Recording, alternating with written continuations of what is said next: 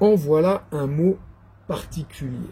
Particulier pourquoi? Parce que déjà, il y a l'astérix, ce qui veut dire que c'est un terme reconstitué. Reconstitué parce que nous ne le trouvons dans aucun texte. Rawa vient d'une langue inconnue, parlée sur tout le territoire français, avant le latin et même avant le gaulois, une langue pré-latine et pré-celtique. Ce mot renvoyait à sable grossier et donne en français le mot grève. Une grève, effectivement, est une rive de sable. Donc sable, petit caillou ou grève. Pour la petite histoire, hein, la place de l'Hôtel de Ville à Paris, la capitale de la France, je le dis, sait-on jamais, jusqu'en 1806, eh bien, s'appelait la place de Grève.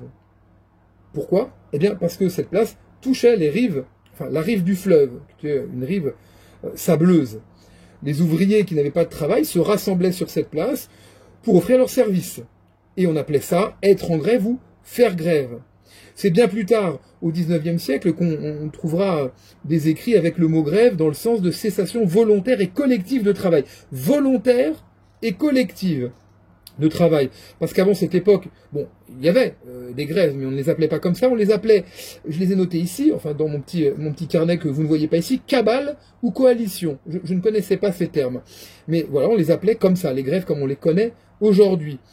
Alors, on imagine, alors là je conjecture, c'est une expression qui a dû circuler chez les ouvriers parisiens, et un ouvrier en grève, effectivement, eh bien, c'était un ouvrier qui était, pendant un petit moment, en tout cas momentanément, disons plutôt, inactif. Donc se mettre en grève, c'était tout simplement quitter son patron pour en chercher un autre. Hein.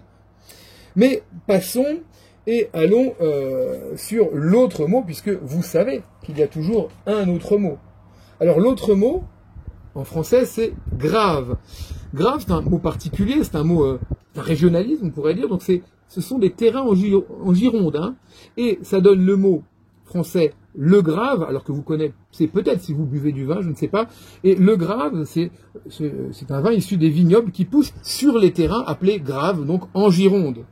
De ce grave, on tire gravier, et gravier, vous le connaissez, j'imagine, petits cailloux, comme ceux que l'on trouve au bord des fleuves.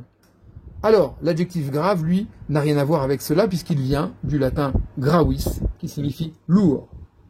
Et voilà, de la grève au bord du fleuve, nous avons tiré la grève cessation d'activité.